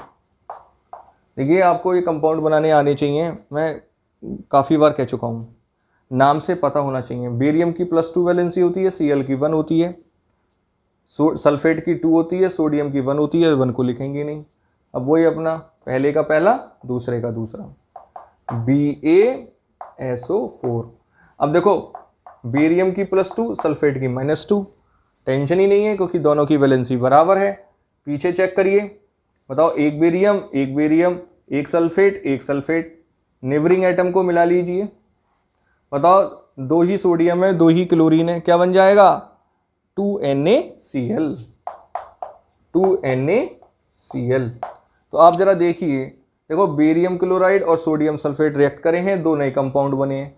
देखिए इधर बेरियम क्लोराइड है, क्या इधर बेरियम क्लोराइड है, नहीं है, इधर तो बेरियम सल्फेट है। इधर देखिए आप सोडियम सल्फेट है, तो इधर कौन है बताओ, सोडियम क्लोराइड। तो बस मेरी रिएक्शन की जो डेफिनेशन है वो यहाँ फॉलो हो रही है, और इसलिए रिएक्शन मेरी कौन सी हो गई, डबल डिस्प्लेसमेंट रिएक्शन। क्या होती है कि जब दो कंपाउंड आपस में रिएक्ट करके दो नए कंपाउंड बनाएं तो ऐसी रिएक्शनें हमारी क्या कहलाई जाती हैं, बताओ, डबल डिस्प्लेसमेंट रिएक्शन। और होता क्या है बेसिकली, इसमें आयंस का क्या हो जाता है, एक्सचेंज हो जाता है। एक बार आप इसको कॉपी कर लीजिए, मिलते हैं इसके और एग्जाम्पल से। ठीक है, और देखते हैं नेक्स्ट एग्जाम्पल से। और देखिए डबल डिस्प्लेसमेंट रिएक्शन में हम थर्ड एग्जाम्पल पढ़ते हैं कि जब बेरियम क्लोराइड की रिएक्शन हम कॉपर सल्फेट के साथ करें तो देखिए वही पहले का पहला दूसरे का दूसरा BaSO4। बताओ बेरियम की भी वैलेंसी +2 होती है और सल्फेट की -2 होती है, कोई टेंशन ही नहीं है। पीछे चेक करो, एक बेरियम एक सल्फेट देखो एक ही बेरियम है ना और एक ही सल्फेट है। बस नेबरिंग एटम को मिला लीजिए, कॉपर और क्लोरीन है तो क्या बन जाएगा बताओ, कॉपर क्लोराइड, क्योंकि कॉपर की वैलेंसी कितनी होती है +2। क्लियर? चलो 2 इधर आ गया, 1 इधर आ जाएगा। नेक्स्ट, जब कॉपर सल्फेट की रिएक्शन, इसको क्या बोलते हैं, कॉपर सल्फेट। और जब कॉपर सल्फेट की रिएक्शन हम कैसे करते हैं, H2S गैस। एक्चुअली ये गैस होती है, क्या होती है, ये गैस होती है। जब कॉपर सल्फेट का हम सॉल्यूशन ले लें और उसमें हम H2S गैस क्या करते हैं बताओ, पास कर दें, तो बताओ क्या बनता है, कॉपर सल्फाइड। याद है ना, ये भी रेडिकल में आपको बता चुका हूँ। सल्फाइड क्या होता है, -2। सल्फाइड सल्फेट 3 बताए थे एक साथ, तो क्या बनेगा बताओ, कॉपर सल्फाइड। क्योंकि देखो इसकी -2 होती है और इसकी +2 होती है, कोई टेंशन नहीं है, कोई मल्टीप्लाई करने की ज़रूरत नहीं है। चलो, और जैसे ही ये कॉपर सल्फाइड बनता है तो ये ब्लैक प्रेसिपिटेट के फॉर्म में बनता है। किसके फॉर्म में बनता है, ब्लैक PPT का मतलब प्रेसिपिटेट। बस नेबरिंग एटम को मिला लीजिए, बताओ H2 है और SO4 that is sulphuric acid बन जाएगा। H2SO4 को क्या बोलते हैं, सल्फ्यूरिक एसिड। हालांकि अगले चैप्टर में पढ़ेंगे हम एसिड बेस एंड सॉल्ट में, स्ट्रॉन्ग एसिड होता है, अभी डिस्कस नहीं कर रहे ज़्यादा। नेक्स्ट देखिए, एल्युमिनियम क्लोराइड की रिएक्शन जब अमोनियम हाइड्रोक्साइड के साथ करें तब क्या बनेगा, जरा चेक करें, पहले का पहला दूसरे का दूसरा। देखिए इसको मिनट रख लीजिए, AlOH। बताओ एल्युमिनियम की वैलेंसी कितनी होती है, 3, तो जब 3 होगी तो यहाँ लगाऊंगा। और बताओ OH की क्या होती है, -1, तो 1 हम लिखेंगे नहीं। ठीक, चलो पीछे चेक करो, बताओ OH कितने हो गए, 3, इसलिए मैंने यहाँ पे 3 से मल्टीप्लाई करिए। एक एल्युमिनियम है हमारा, बस नेबरिंग एटम मिला लीजिए, 3 मोल ऑफ अमोनियम हो गया और 3 किलोन हो गए क्लोरीन, तो बताओ क्या बन जाएगा, अमोनियम क्लोराइड। क्योंकि पॉजिटिव पार्ट पहले आता है, नेगेटिव पार्ट बाद में जाता है। ठीक है ना, तो आई होप आपको ये समझ में आया होगा। और यहाँ जाके हमने डबल डिस्प्लेसमेंट रिएक्शन को भी कंप्लीट कर लिया। अब एक हमारी लास्ट रिएक्शन रह गई जिसका नाम है ऑक्सीडेशन एंड रिडक्शन। तो बस आज मैं लेक्चर यहीं पे ब्रेक करता हूँ और आप अच्छी तरीके से इसको मेमोराइज़ करिए, नोट्स बनाइए और NCERT के पीछे के जो प्रीवियस क्वेश्चन हैं उनको आप चेक करिए और उनको आप सॉल्व करिए। अगर आपको कोई प्रॉब्लम है तो आप कमेंट बॉक्स में ज़रूर कमेंट करिए।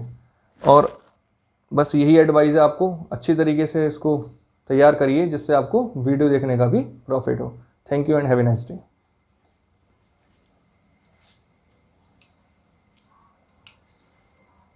तो पता ही